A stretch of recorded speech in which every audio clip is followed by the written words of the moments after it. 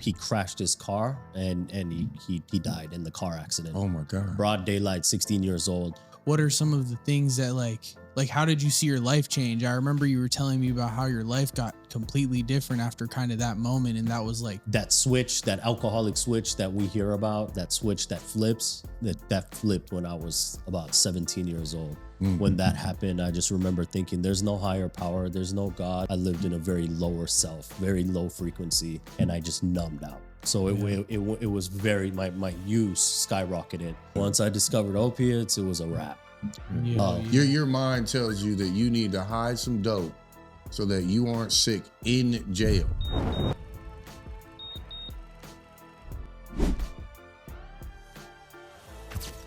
You know, tonight we have a special guest, couple guests here.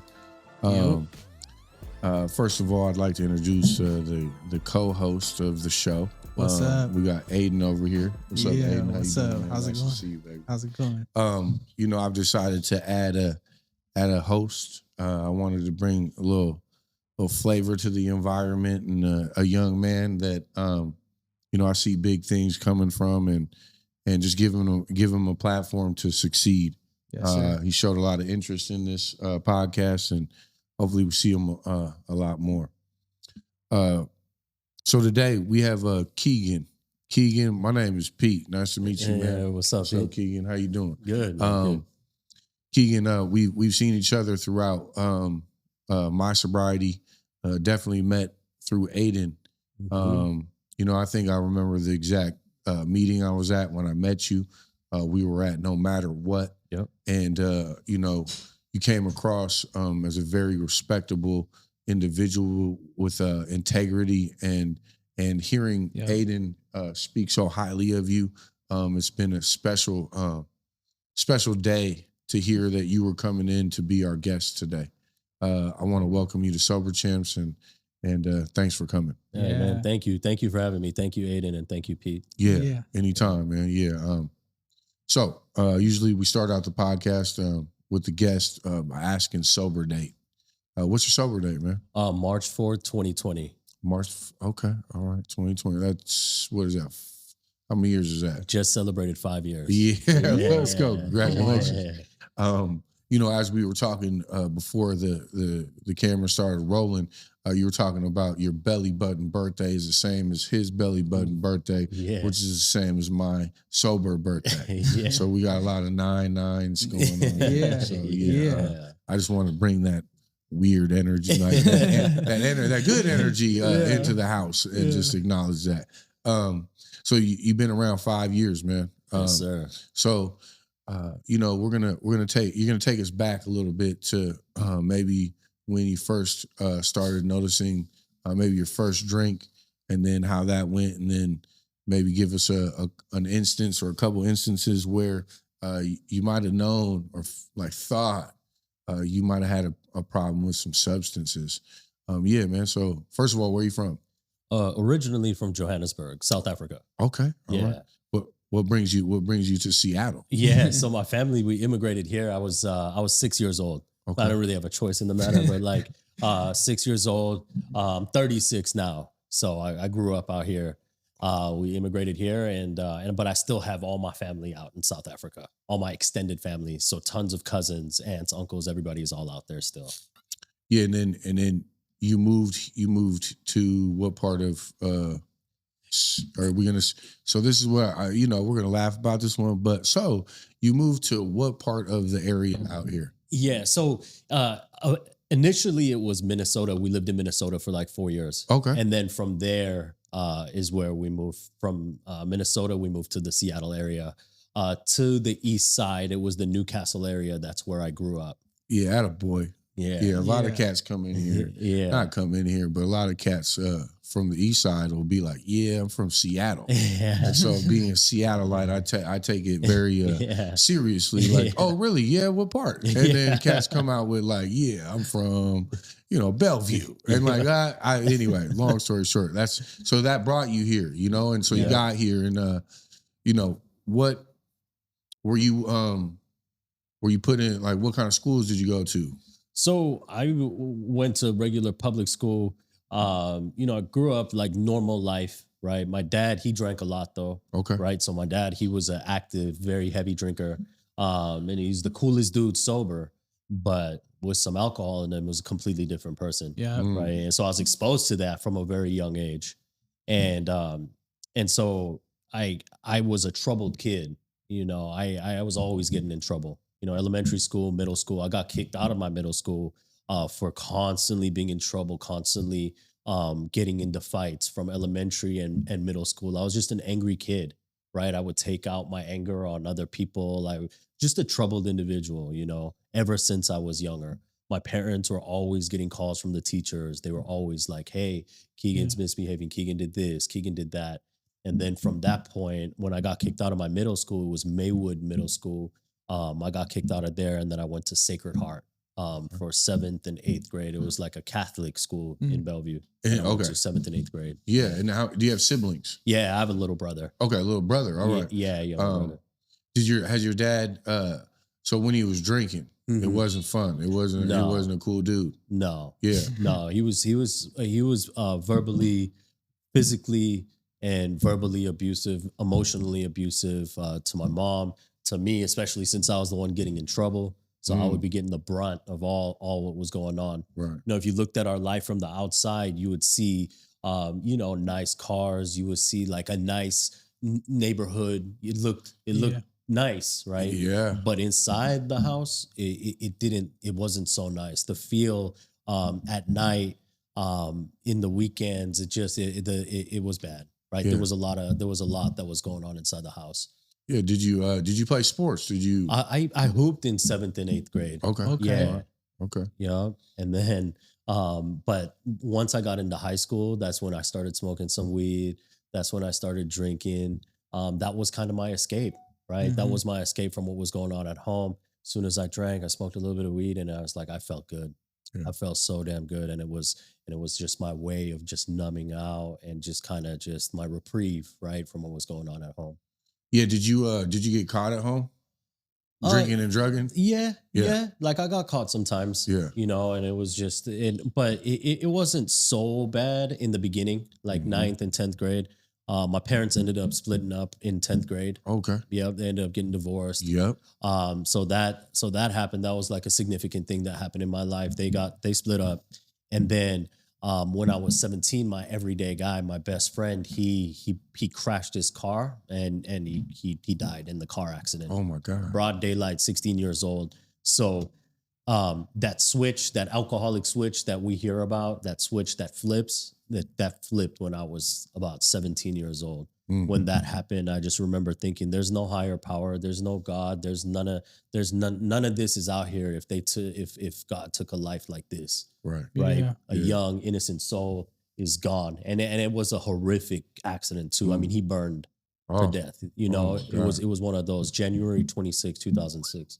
I remember you telling me about that when I first met you, and I just remember like, what are some of the things that like how did you see your life change? I remember you were telling me about how your life got completely different after kind of that moment, and that was like what you're saying, the switch. Like, can you say some like add on to how it felt different after that? How it felt different? Yeah, how just like your drug and drinking and all that expanded, because I remember you telling me this before. It went from me drinking some beers and smoking some weed to just like have a little bit of fun and kind of numb out a little bit what was going on at home, to completely numbing out. I needed to numb out. I didn't know how to cope with these intense emotions. They did prayers over my boy, he was Hindu, and I'm born Hindu, and my mom, she's Christian, and she would always talk to me about God and stuff. And I always questioned it as a kid. But as I got older, I saw they did the prayers over my buddy's car. I went to the prayers, and they kind of did these prayers, and it was for protection, right? Mm-hmm. And just a couple weeks later, he gets into this accident in broad daylight, sober, and dies, right? So I remember making this conscious decision, and at that point, that there's no God, that there's no higher power, and because how could this happen, right? And I lived my life like that for, until I got sober. I lived in a very lower self, very low frequency, like there's no God, and I just numbed out. So it was very, my use skyrocketed. That's when I started experimenting with coke and other drugs and stuff too. I started to just add more and more and more. And then I started getting the DUIs. Then I got a DUI at 18. Then I got a DUI at 20. Then I was getting arrested for fighting. Then I was getting arrested for like all these other little things. And then that's when it just started. Then after that is when I discovered opiates at a party. Yeah. Once I discovered opiates, it was a wrap.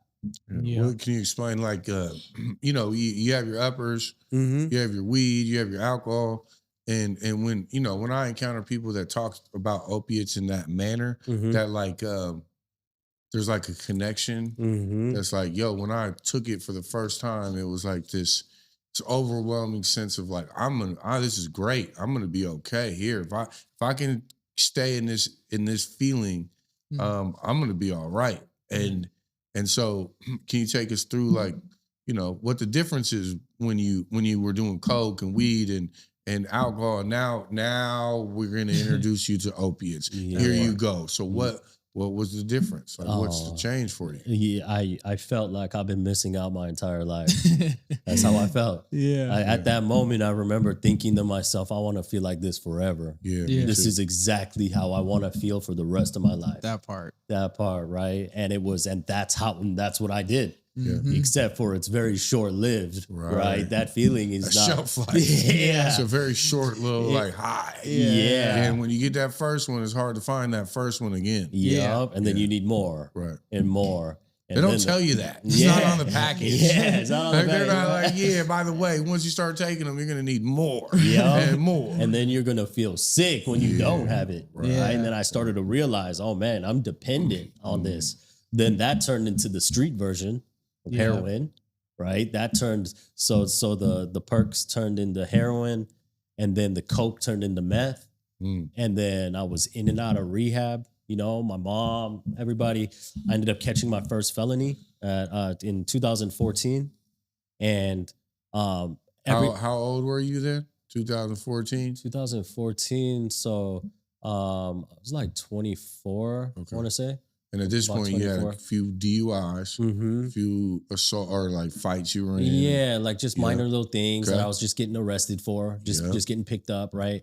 And then in 2014 is when I got a robbery charge. That's when I was a driver in an incident, and I got charged for robbery. And this is all on the east side. This is on the east side. Oh, you guys had it going down over there. I was sorry, man. I didn't know you had it going down like that. There was no even intention. You know, it was just, it is. Yeah, it was the things that we do, right? On drugs. Real. So were you ever having racial issues over there, man? Like, the east side's got a lot of white people. They do. Yeah. They do.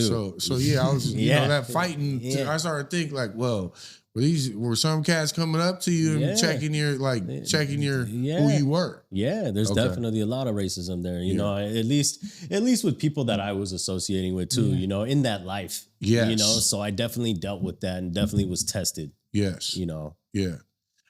So you were talking about the felony. Yes. So you get your felony. Yes. And that, I'm guessing, changed a little bit. You got the robbery charge. Yes. So then that take us through that. Were you given like some time for that, or did you get paused off of that and then some other stuff started happening? Yeah. So I got bonded out. My mom bailed me out. Right. She bailed me out, put the house up and everything. My mom really went she to put it on. Yeah. Got me out of jail, got me out of King County. I was in there for like 2 weeks, got me out, bonded me out, got an attorney, and then ended up like fighting this case. And I ended up getting 6 months. It was my first felony.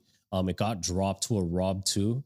And it was robbery in the first degree with a deadly weapon enhancement. That was the initial charge. Then even though you were the driver? Even though I was a driver, it doesn't matter. You were with everybody? Yeah, it doesn't matter. They don't care. You know, they're not like, you're the driver, you get less. Yeah, you just get this. No, it's the same. You're with them. Yeah. All right. So then, so I ended up doing 6 months in King County. Mom sends me to another rehab. I'm still under her insurance. And so she's trying to still help me out. She's like, you got to get your shit together. Yeah. You have to get your shit together, Keagan, please. So I'm breaking my mom's heart every time. You know, I was in and out of rehabs. Like I think by this time I've been to 4, 5 and in and out of jail, right? So I do this 6 months and I end up going to California to a rehab, which I stayed sober for about 90 days, end up relapsing over there. Ended up getting robbed over there and then ended up in Arizona, right? For another treatment facility that I kind of got myself to. Okay. By meeting somebody that was at the facility that was like, hey man, just call me if you need anything. I know you relapsed, but here's my number, just call me. And then when I finally was completely out of resources, got robbed for everything I had, even the rental car that I had got taken, right? It was everything. Yeah. And then that's when I reached out to somebody that I knew from the treatment facility, and they said, they drove me to a place in Arizona for free. I got sponsored at this place in Prescott, Arizona. And so I was there for 6 months. Shout out that, do you remember that place, man? Shout out to them. To Prescott. What was the name of the facility? Do you remember? It was called Pioneer. Okay. Yeah, Pioneer, New Freedom Recovery Center. No problem. Man, shout out to those facilities that give scholarships and sponsor people, because like sometimes those are the moments that change people's lives. That one. Yeah. And so exactly. Okay, so you get out there, you get sponsored. Yeah. You're in Arizona. Yeah. And at this point, is mom and dad still chopping it up with you? Or I mean, it sounds like mom's very involved with the love that she has for you, but she can't necessarily get you sober. Yeah, exactly, man. She couldn't, but like I knew there's a part of me that just wanted to be sober too, but I was just still so stuck, man. I was stuck. And then my dad, it's important to note too that my dad, he's sober at this point too. Oh, okay. Yeah. So like my dad is sober, and then he's supportive, but my dad is kind of a tough dude. So he's like kind of showing me more of like the tough love type of like, hey, get your ass sober. Yeah. Let's go. Come on. Exactly. What's the problem? Yes, exactly. Right. And so then my brother, he met somebody that he's getting married to and everything. So he's got his own kind of life going on. And I'm the older brother that's like, just can't get it together. I keep calling them for money, calling them for this, calling them for that. And I just can't get it together. So when I'm in Arizona, I was in the 6-month program. They paid for the whole thing. The recovery center paid for me to be there. And or they sponsored me to be there, right? And so I'm there. I am not really working a program though. Right. There's like this steroid community there. Like, and so it's like, oh yeah, do some steroid. Yeah. Get yoked. Right. So it's like, all right, let me hop on this. I want to get buff. Right. I want to get buff and, go to meetings and talk to girls. And that's what I thought it was all about. Yeah. And be buff and talking to girls. Yeah. Sober. Right? Yeah. Sober. Right. But not really sober, because like now that I'm actually sober, there's so much more to being sober than just taking the alcohol out of the equation, right? Well, that 6 months goes by, I meet a girl, I end up moving in with her, and we both end up relapsing, right? So now the drugs in Prescott are super expensive. It's about an hour and a half north of Phoenix.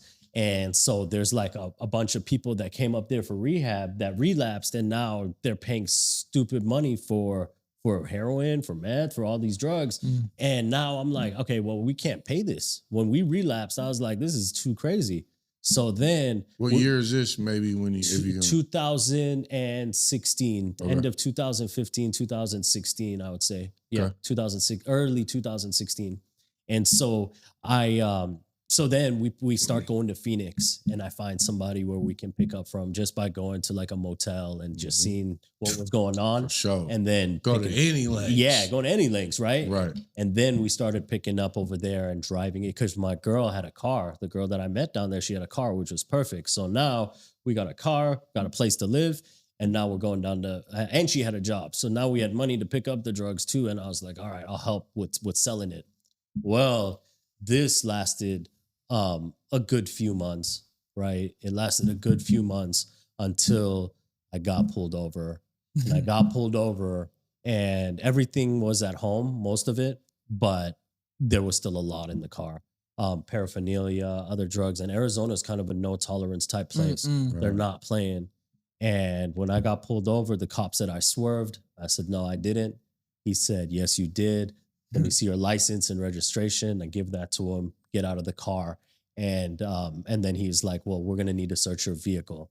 And I'm like, why do you need to search my vehicle? I said, first of all, it's not my vehicle, it's hers. So you need to ask her. So we go back to the car. My girl's like, no, you can't search my car. And then he arrests me for suspicion of DUI and searches it anyways. Then I take the rap for everything in the car. And at that point, they still arrest her because there was some stuff in her purse that I couldn't take the rap for. And then there was some drugs on me in my boxers that they didn't find that I tried to creatively hide while I was in the cop car, right? And that didn't work because when I got to the jail, they made me bend over, score a cough, and the dope fell. Yeah. And so that was an automatic promoting prison contraband charge. And so now it was just because you were trying to sneak it in. I was trying to sneak it in, so I'm not sick in there. So I was like, at least they didn't find this. I'm gonna be okay, right? I'm gonna be all right, right? And ended up bonding out. She got out, like released right away. Ended up bonding out, and then ended up missing a court date a few months later, and then ended up getting caught with more drugs in Phoenix, and so in Maricopa County. So now I had warrants from Yavapai County, and I got caught with more drugs in Maricopa County, and then that was the start of my 3.5-year prison sentence. Damn, bro. Yep. This is in 2017. So you get into prison? Get into prison, man. Are you dope sick? Not by the time I get into prison, no. Because I did 5 months in 2 different counties. So that was enough time for me to kind of be okay, like sober up. Detox detox. So I had 5 months of like a detox, a forced detox. What was one of your, I like to give pictures of cats that like don't understand what that like sobering up looks like off of like when you're trying, like your mind tells you that you need to hide some dope so that you aren't sick in jail. Yeah. Right? Yeah. So then I'm guessing that you were sick in jail. Yeah. And so like that, take us through like that part, because a lot of people think it's like fun and games, right? Like drugs are fun and exciting. And the downside of it that we don't often talk about is like, well, when the drugs run out, specific ones in particular, there's like a side of it that is like, I would relate it to I don't know how close I've gotten to death, but man, something like very like living hell. Yeah, like I don't know. So go ahead. What was you're in jail, you're sick. It already smells like shit in there. It already smells like shit. So you're hypersensitive to smell as it is. It feels like your skin is crawling, right? Already anxious. Be like vomiting, shitting, while you're sweating. And cold at the same time. And there's nothing to warm you up. You know, the cell is cold. It's like, it's hell. You know, if I could picture like a hell, like that's hell to me. That's hell to me, because not only can I not leave to go like take a hot shower or go do something, I'm in this holding cell where I'm just stuck. And it's an open toilet, and there's other dudes in there that are also detoxing, and people are wrapping themselves in toilet paper, and it's just fucked up. It's fucked up. What's going through your mind when all this is happening? Like, what are you thinking about? I'm just thinking about just getting out and getting high. Yeah. I'm thinking about, okay, I can't wait to just post bond. I need to see the judge. I need to post bond. I need to get out of here. Yeah. Just so I can get high again. Yeah. I or get well at least. I can't feel like this. Right. You know, because there's no way I'm sleeping. The struggle is real at this point, right? Yeah, and so then, like when that happens, right? But then there's this moment that's got to kick in, like I'm not going anywhere. Yeah, you know, like it's or at least maybe you're thinking you might, and then you get to that bail or like hearing, and cats are like, nah, you ain't going nowhere. Yeah, we got you. We're gonna look at you for a while. So then, so you get this 3 years, 3.5? 3.5, 42 months, yeah. Yeah, 42 months. How do you take us through that? I mean, you gotta hit it's in Arizona? It's in Arizona, man. Yeah. So I'm finally, they take me to Yavapai County. By this time I'm feeling a little bit better, right? Not detoxing anymore. I'm in Yavapai County. I'm calling my family like, hey, this is what I'm looking at. 3.5 years is the first offer they're giving me. And my family is like, my brother is like, yo, my niece was just born. My niece, right? She's 7 years old now. She was just born when this was going on. My brother is like, I can't get you out, man. He's like, I have a kid. Yeah, I have a kid. I have things to take care of here, man. My brother's like, you're gonna have to do your time. you know? And he's like, you probably won't even need to do a full 3.5 years. And I'm like, all right, man, this is Arizona. They're not playing. I call my mom. I'm a grown ass man crying, right? Crying, mom, hey, please get me out, you know?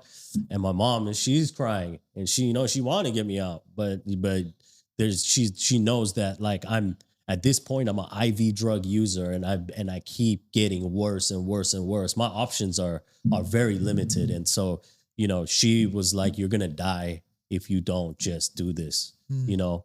And my dad did the same thing. You know, my dad, I know this was hard for him too. Cause like I said, like now that he was sober, today our relationship is amazing. But like, you know, back then, right then, he was like, you're gonna have to do this.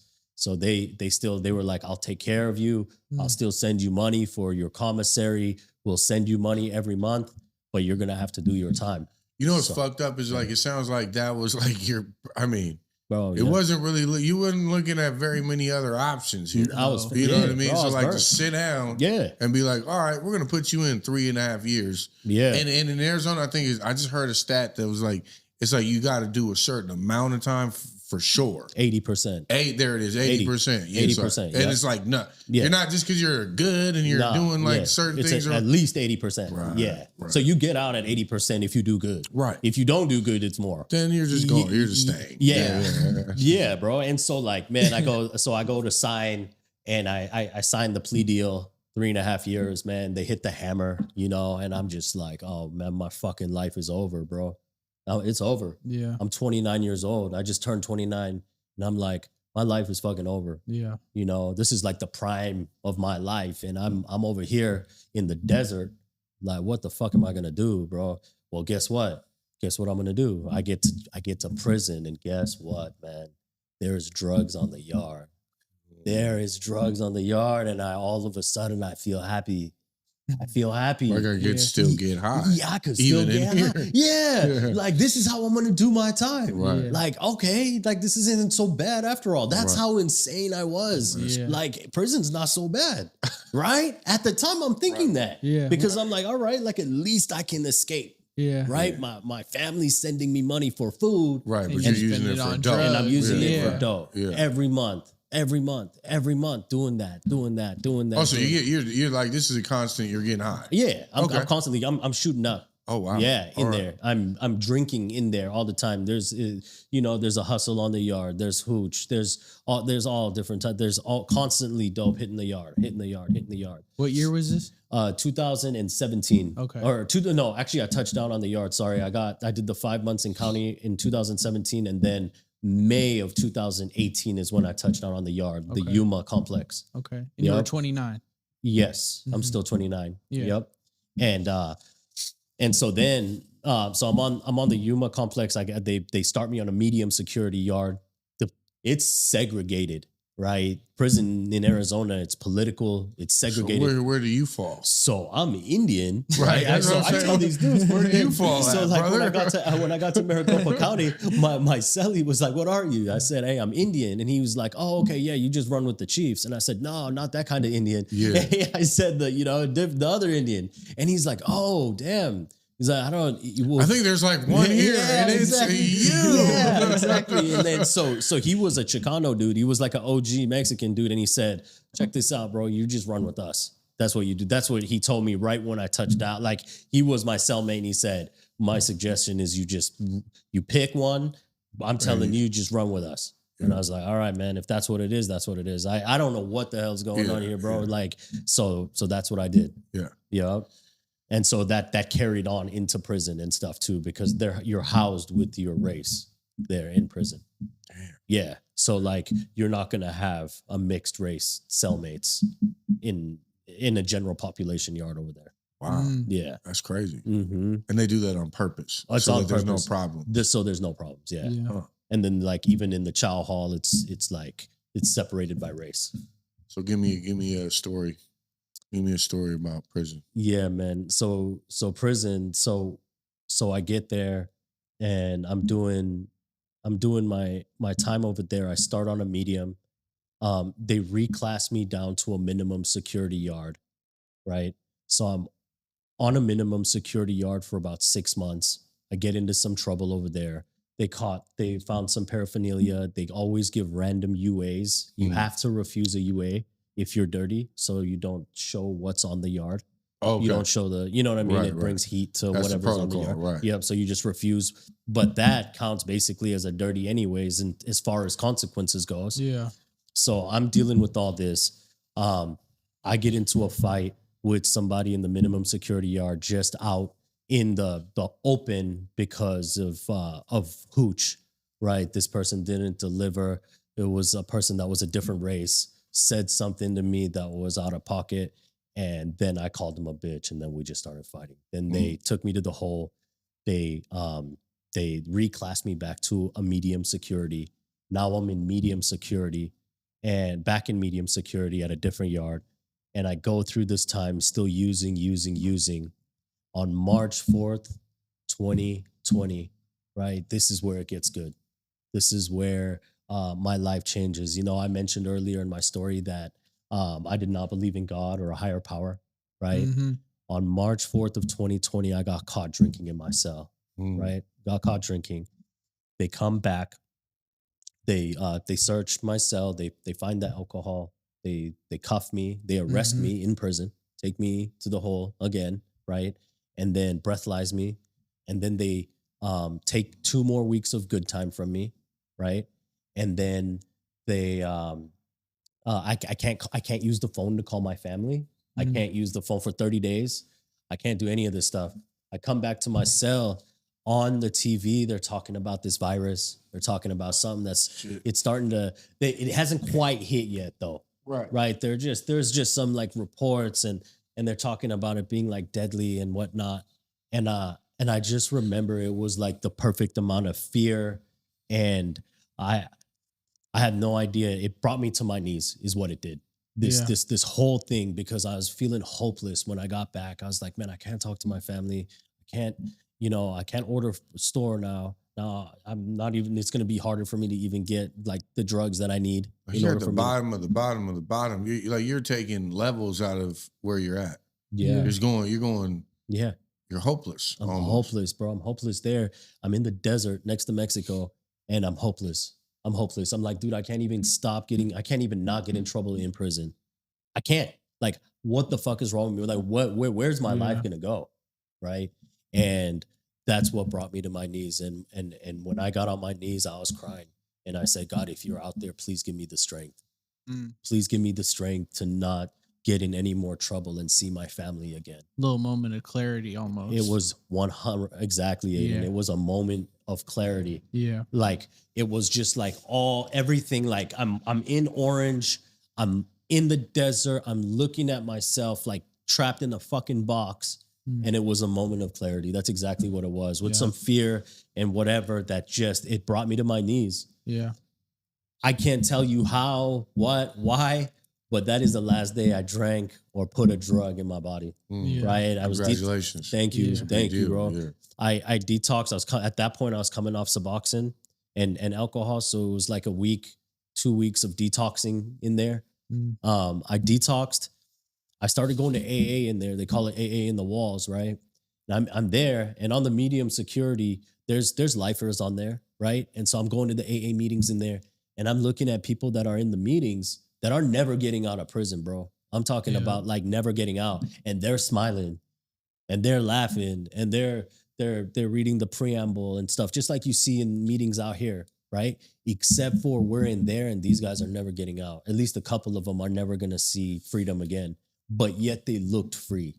Yeah. They looked free, bro. And this was eye-opening for me because the entire time I was locked up, I was drawn to the negativity. I was drawn to the drugs. I was drawn to the alcohol. I just wanted to check the fuck out mentally and just not be there. Like sleep away my time, get high, whatever.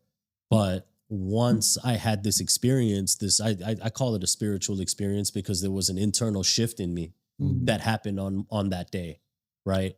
Yeah, they kind of talk about like the obsession being removed. It's like all of a sudden you're just not craving or thinking or obsessing about it, and now there's a shift of like looking around and seeing different things. And I mean, one of the points that you're just highlighting is that you have lifers in there that are sitting there like laughing and joking and shit. Yeah. Like, what are we talking about here? Yeah. I'm getting out. You're getting out in what, a year or two, and you're just like, this world sucks. Yeah. But then you're like, wait a second. Like, yeah. Shouldn't your world suck more than mine? And like, you know, and so that moment that helps you see things differently. Yes. And so then, like, where did you, you know, you get to that AA part. You see these people.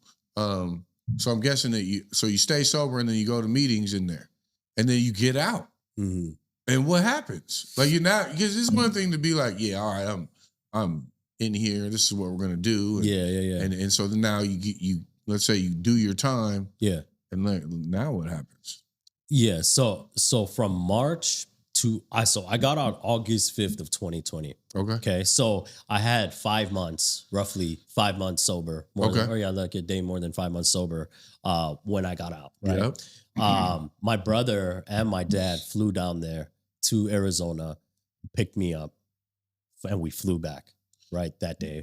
I did an interstate compact. So I transferred my parole from Arizona State to Washington State. Yeah. Do you feel like they wouldn't have flown down there if you were on that other shit? Like, meaning were they like, you know, meaning you're sober now and you're kind of like, you have this clear eyes, you know, your body's clear some stuff, and now they're like here to support you. Do you feel like, let's rewind it and say, let's just say you were going down the same path. Was there going to be somebody there to pick you up at the end of your time? Do you think? It's funny that you say that. So my ex-girlfriend that I got got arrested with, right? She ended up getting sober after I got locked up. She got sober. She got clean. She went to treatment. She got clean. And she started writing me while I was in there. And so we started reconnecting, and she was like, I'll come pick you up when you get out. And so when I called my brother and stuff, and I was like, hey, you know, I'll just, when I get out, I'll get to the airport and I'll fly back home, because I was thinking she'll just come pick me up. I haven't felt a woman's touch in 3 years, so that would be nice to at least, you know, and hug, just, you know what I mean? Anything, right? Yep. And so now my brother, they were leaving no room for error, bro. They were like, fuck no. Like the Secret Service coming down. We're coming down to pick your ass up. Yeah, for real. So they came down, man, and they picked me up. Oh, and I had to tell you know, my ex that's not gonna happen. I'm gonna have to just, even though she's, you know, sober and doing her thing, I needed to give myself that shot. You gotta protect yourself, bro, no matter what. Exactly. Exactly. So you get back to Seattle or, you know, Kirkland and now you're out there. Yep. You gotta stay. I'm guessing because you're on parole, you have to stay sober. You're gonna get drug tested. So what is that like? What is a day in the life of? You're probably, or where are you living? You with your dad now? Yeah. Or so my dad opened his door to me. Him and his wife, they opened their doors to me, and I had a room. I stayed there for, like, I would say about 3 weeks, but I knew, like, I was trying to find a sober living. I was trying to, like, get my independence, get a driver's license. I didn't have nothing like that, right? I had my family support though, so I don't say that I shouldn't say that I had nothing, because I had them. I had a lot. But as far as like things for me to be independent, I needed to get some stuff together. No job, no driver's license, no car. And I wanted to get into a sober living environment. And so I had found a place, a sober living house in East Lake that I started going to. Man, I forget. How can I forget the name of the... They help people that have been incarcerated and stuff too. Weld. So you're on Weld, bro? Yeah. And shout out to Patrick Arney. David Nielsen. And my guy Ron too. Yeah. Carolyn, what's up, Carolyn? Yeah, I know Carolyn too. So we the squad. I just saw Patrick the other day. Anyway, so you get into Weld, and Weld is a big, like right now it's really helping cats. Not that it wasn't, but it helps cats that have been incarcerated get their shit together. Yes. And so it helped you. It helped me big time. Big time, man. And so I was there at the house in Eastlake, and then Ron, they had another house in Kirkland, so they made me the house manager there at this house in Kirkland. That you moved yourself up. Yeah, like within within 2 months. Yeah. Wow, look at you, man. Yeah, it was cool, man. And then I got my driver's license back, and then got a job through them too. So I was working at like this warehouse out in Kent. And yeah, man, just working and the house manager at that house. And then from there, they were closing that house in Kirkland down, and I found an Oxford house after that that I moved into. It was the Bridal Trails Oxford house in Kirkland. And at this point, were you feeling like you were on like a pink cloud almost, like really good, or were you still kind of feeling like still a little hopeless, you know, like I don't know what I'm doing or like what's going on here? So that's a good question, Aiden. So when I first got out, I was filled, even though I was sober, I was filled with guilt and shame. Yeah. Right. Like I brought guilt and shame to my family. They're immigrants to this country. You know, we're Indian from South Africa, moved over here with nothing and you know, like worked hard for what they had. Right. My family did. And then here I am, just went completely off the fucking hinge, right? And so I was filled with guilt and shame. Now I was sober, but once one thing I forgot to mention too is like within that first 3 weeks of me living at my dad's house, everything was on Zoom. AA meetings were on Zoom, at least. So I was still trying to figure out how to work Zoom. Well, I found a sponsor. And I found a home group that was in Kirkland. It was called Maximum Service. And we're talking physical, like they were kind of breaking the rules per se at physical meetings, or you are Zooming it? And Zooming in, but I could see where those meetings were held normally. And then it'll say online only right now. Right. But then it'll show, hey, it's at this church though, normally. You know, so I was like, I'm probably going to end up in this area, like in a sober living. And so I'm like, just let me, you know, if I start going to meetings on Zoom to the places that I think I'll be going to, then at least maybe I'll meet these people in person one day. Yeah. And so I found a sponsor in that first week. I found a home group, made that my home group, and a service position. And that's you know, all on Zoom. And you know, in the 12-step program, we talk about you know, that's kind of the checklist right there. Yeah. You kind of fulfilled like what the suggestions they say are to participate. Yeah. And if you're going to participate, these are the things that we suggest you do. Yeah. And there are people that follow that, and then there are people that kind of pick and choose, and then there are people that are like, hell no. Yeah. So it's very enlightening to hear that like you took that full on and took it, you know, the bull by the horns there. And so you get sober. You're now active in the community. We still have COVID, it sounds like. Yep. So then you're still not able to go to a physical meeting yet. Yeah. Have you found any like hidden?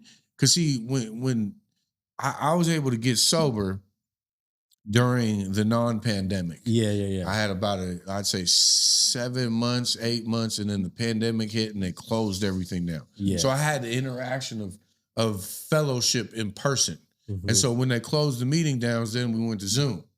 And then we got off Zoom, but in this gray area, there was like, you know, undercover meetings that were in person. Were you ever like deviating to those? I would say there were a couple. There were a couple that I was taken to.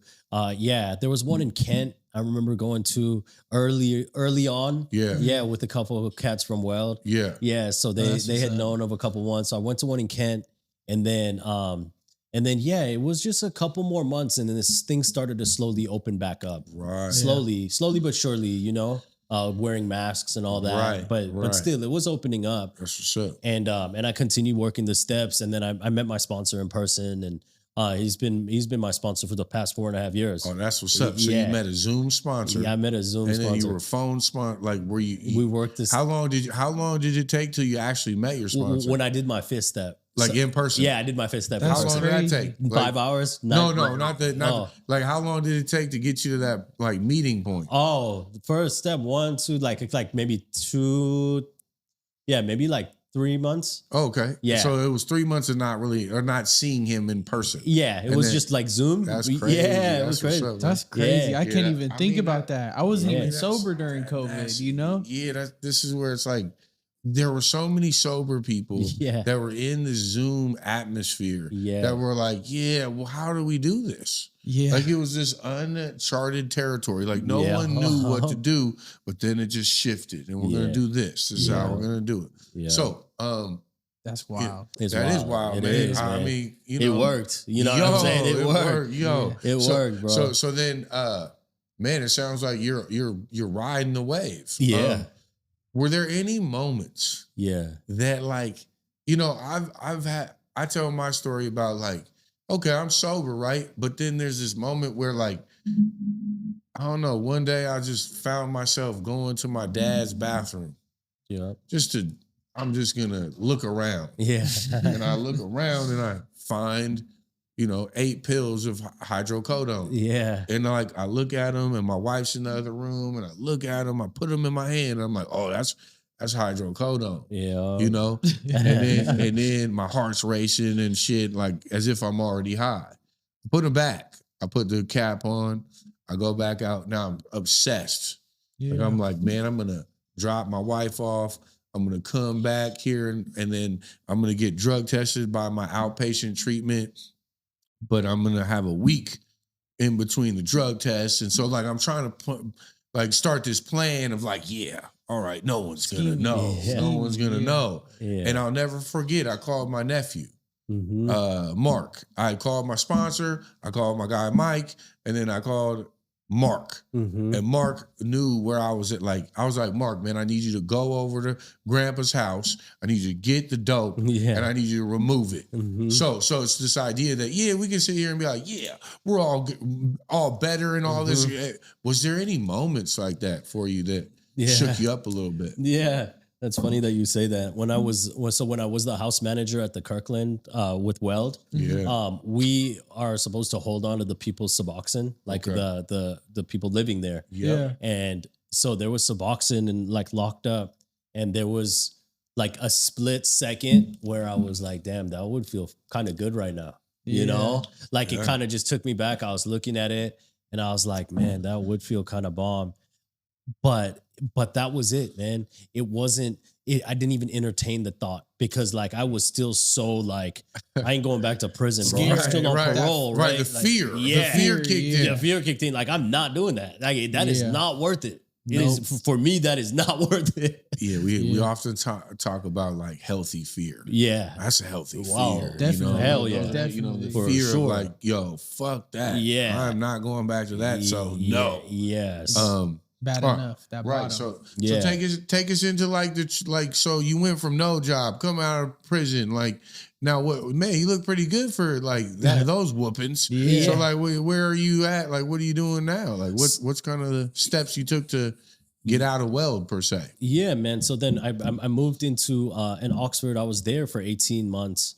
I was there for a little bit longer than I wanted to be. I mean, there's some crazy shit that happened there too. Like a roommate overdosed, died on fentanyl. We tried to save his life. It was too late.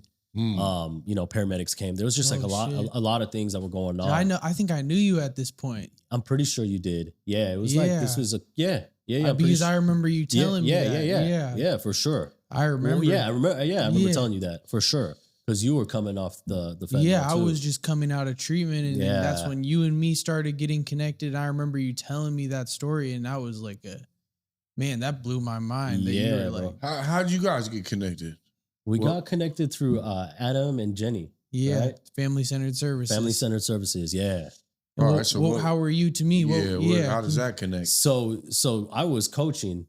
I was coaching Aiden, and so I was introduced to Aiden by Jenny, and she was like, hey, you know, there's somebody that just got out of treatment and he's a young man and I'd like you to meet him and just, you know, go meet him first and see if you guys connect. From the minute I met this guy, we connected, right? It was just immediate connection. Yeah. And then, man, and then the rest is history. And so I still do work for family centered services and FCS interventions. And so, that's been a huge part of my journey right now too. So I'm guessing you needed education. So you had to go to school a little bit and get some stuff going. Yeah. So like I went back to school for a substance use disorder professional certification. I started working at a treatment facility as well. Like actually 4 years ago, I started working at a treatment facility, and just started as a tech, like a treatment tech, just very entry level, and then just kind of worked my way up. Was the lead, then became a group facilitator, and then now like a case manager, which has been a blessing. So that's been kind of like my day job. And then I work for family centered services as well, basically like part time, and basically training on interventions and just expanding, my knowledge in the field. Yeah. So when you said coaching, is like, I remember like talking to Aiden about it, and like, so I was like, so what's the difference between like a sponsor and a coach? Yeah. Would you be able to elaborate on that? Yeah, absolutely. So I'm definitely, so a sponsor is there to take us through the steps, right? Like 12 steps, this is what it is, and we're gonna go through the first 164 pages together. Yeah. Whereas a coach role, or like basically like a mentor role, is not just specifically 12-step based. We're talking about a lot of other things. We engaged some exercise. We did a lot of other things that weren't directly related to 12 steps. Although I definitely encouraged Aiden, hey, like this is what worked for me, and I did this for my recovery. Yeah. And so, I definitely encouraged him to get a sponsor, do the steps, but at the same time, we were working on other areas. Right. That's dope, man. That's dope. It's like that experience piece, then like trying to create, like you really influenced me and myself to take ownership of what I was doing. You know what I mean? And like getting that ownership piece and like putting me in position to like, work with you now. And like, that's crazy to me, but it's like, I think you did an amazing job of connecting your story outside of like what a sponsor would.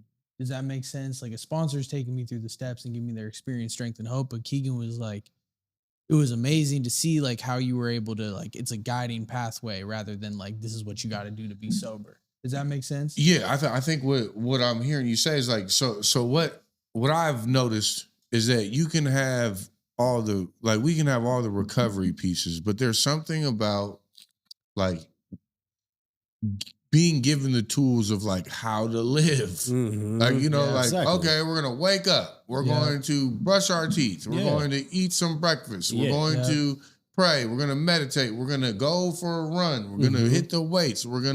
So then it's almost like we're going to wash our clothes. We're going to you're going to take care of these like things that you might have just missed out on when actively in use. And so, 100%. So then it's like this, I've always been so intrigued with that because, I mean, there's so much to be said about the 12 steps in programming, all that. But then there's something about like, so when all that stuff is, the meetings are over or you're like by yourself, like, what am I supposed to be doing here? Yeah. What do I do here? Like, how do I get a job? How do I participate without being like, man, is this it? Yeah. Is this it? I don't know. And so exactly. No, you're spot on with that. You're spot on with that, Pete. Like to me, it was just also, like the life skills aspect of it. Yeah. And Aiden was a young man, 17 years old. That's crazy, at the time, right? That's 17. And it's like learning how to live, right? Learning how to live sober and do the right thing. Yeah. Right. And so, it was like a lot, it was very broad, but I think the 12 steps, of course, we get freedom from it and it's amazing. I do it. Right. Yeah. And I encouraged it, but you're spot on with that. There's like this whole other part, the life skills, recovery skills, things like that we got a chance to work on. When in sober living, was that a part of like the curriculum? Or was it kind of like come and go and just make sure you're sober and then you go to a couple meetings and we're good? Yeah. The sober living was kind of like that. There was some structure. Yeah. There was some chores, especially at like you do your chore, you take care, keep your stuff clean, your room tidy, all that type of stuff, right? So they do teach you to be responsible and take care of yourself. Yep. Right. Because some people don't know how to do that. Hello. Right. Hello. So hello. So what is where you at? Like where you at with it today? Like what are you doing these days? Like man, today I'm blessed, man. I just celebrated 5 years, as you guys know. Yeah. Right. Yeah. So I just passed that birthday. That was a huge milestone for me. You know, 5 years ago, I was still locked up. Yeah. 5 years ago, I had no idea how good my life was about to be. Yeah. I had no idea. When I got on my knees and I was praying and all that, I had no idea, bro, what was in store for me. Right. I pray every day, and today it's prayers of gratitude. Like, thank you so much. Yeah. You know, that's how I pray today. And like, you know, my purpose is helping people, right? That's what I do. I help people from when I wake up to when I go to sleep. I help people. That's where I find purpose. And as a result of me going through all of those things, I can find gratitude in it. I find gratitude in my prison sentence. Find gratitude, even though when my family was saying no, they weren't going to get me out, and I'll slam the phone like, what the fuck? Like, I'm stuck in here and I'm angry at them, even though it's me. I got myself there, but I couldn't see it. I was the victim. Oh, it's because I'm brown. That's why I got pulled over. Yeah. My girl's brown. That's why we got pulled over. It's Prescott. They're racist over there. That's what I would tell myself. Yeah. But I had drugs in the car though, right? Like so it took me a while to move into acceptance. And today I can look back on that and I could see like, hey, this was all by design. Right? Yeah. I think that's one of the hardest things that I see in society right now as I observe and I go along my trail, is that, you know, being a part of a program that identifies like my part. Yeah. Like I participate in my part. What's my part? And being very aware of that. And when people come with the victim mentality and I'm sitting here like, well, you know, you did like kind of have a part here. And so then it's very like delicate to navigate that with others, because some people are like, oh no, like it's all everybody else's. Yeah.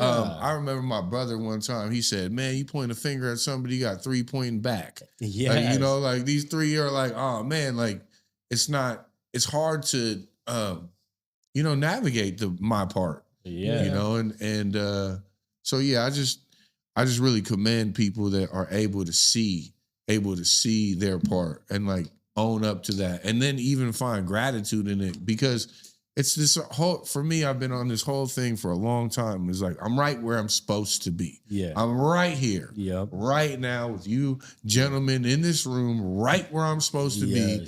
And I'm locked in. And it's just this beautiful thing. It's the present, you know, the present is the present. Yes. And like we get to enjoy each other's energy and company tonight. And so like, what's a day to day for you like right now? Man, like, so I'm up early. I wake up, I hit the gym, right? I wake up, come back, I center myself, I make some coffee, I center myself, gather my thoughts, center myself, do a little, you know, it's a little prayer. Not really, my meditations don't really look like me sitting like silently for 10 minutes. It's just kind of me just kind of centering myself, being present and trying to just ask for guidance. That's kind of what I do. That's how I start my days, at least when I'm not running late. I'll be honest. It's not every single day, but most days when I'm up and I can do it, right? I work. I met the love of my life last year at a heart yoga studio. Oh, that's what's up. Yeah. Yes. She is. It's been amazing. Shout out to the love of his life. Yeah. Shout out to Madison, my baby. And shout out to Pioneer Square right now. We have an event going on. Like there's somebody screaming and yelling. Yeah. Like there's definitely a dramatic situation outside. Yeah. But you know, like you don't have to deal with that today. Today it looks different for me. Today it looks so different, right? That's what's up. Man, I got a beautiful niece. 7 years old, a nephew, right? He's about to be 2 in May, next month, May 31st. He's about to be 2. Are they local still? Yeah, they're local. Okay, so you get to be uncle. Oh my God, I get to be there. My brother and my sister-in-law, they trust me, right? To pick my niece up, kick it with my niece. Right. The relationship with my mom today is amazing. Relationship with my dad, we're so tight. He lives very close to me too. Yeah. So my dad's wife, she's sober. You know, my dad doesn't drink anymore. So it's like, does he go to like meetings or anything? Or he's just a sober guy? He found some spirituality. So he's found some kind of spirituality and like he just moves differently today. That's dope. Yeah, man. That's so dope. like my family, dynamic today, man, and like everybody just gets along. It's beautiful, man. Yeah. It's beautiful. Like I could not have pictured a life sober that is happy, with me being happy and sober and fulfilled and like all the above. I could not picture that, bro. Yeah. I could not picture that. Every time I tried to get sober, I was like, that shit is boring. Yeah. Then I went to prison, and that shit is really motherfucking boring, right? Yeah, So now, today, you know, all these relationships that were so strained, so harmed, you know, through the 12 steps, through making amends, through like really like working this program and really doing what I say I'm gonna do and taking the action, my life has changed, bro. Man, that is so beautiful. Like, dog, like these are the things that, like, I don't know, that's the part of this podcast I really want to just take a moment to acknowledge. Is like we have these terrible experiences, we get loaded, we get sober, but then there's this life that can come after all of that. That's just like unimaginable. And we get to come, you get to come on this platform and share that, because like it's always like, is it really, are we really that good? Is it really that good? Is life really that good? And I bring people on here that can share that message. Yeah.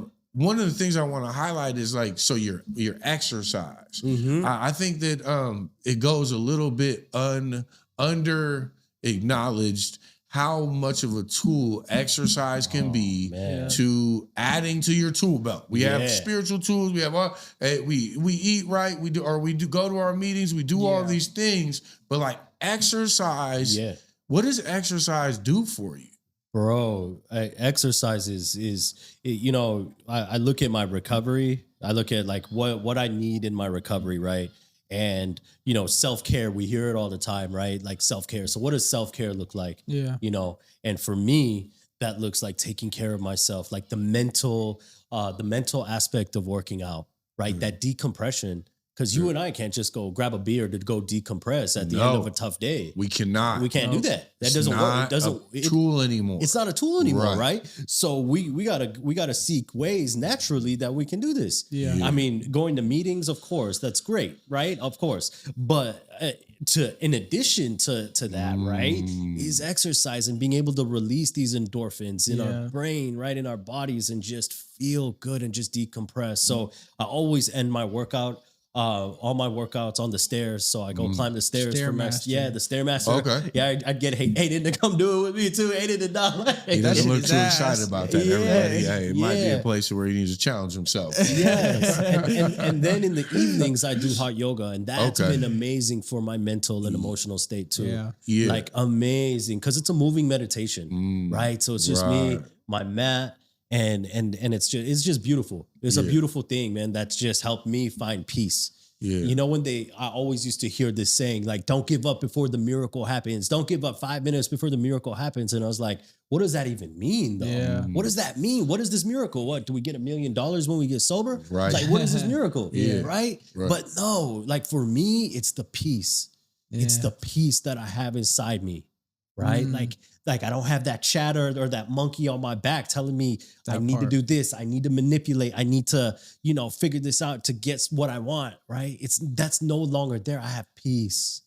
And that is the miracle. And that's what I'm like, oh, damn, like this is what they've been talking about. I was trying to figure out this whole time. Right. And I feel like, okay. And now, but the peace though, we have to continue to work for that peace, because it's easy to just slip back and you know, if I fall off and I'm not hitting my meetings, I'm not centering myself in the mornings, I'm not doing the things that I need to do or exercising, then I find myself acting out of sorts. Yeah. Right? I can easily find myself kind of, you know, finger out the window, you know, driving or whatever. And it's like, hey, I gotta chill out. Like this is the old me.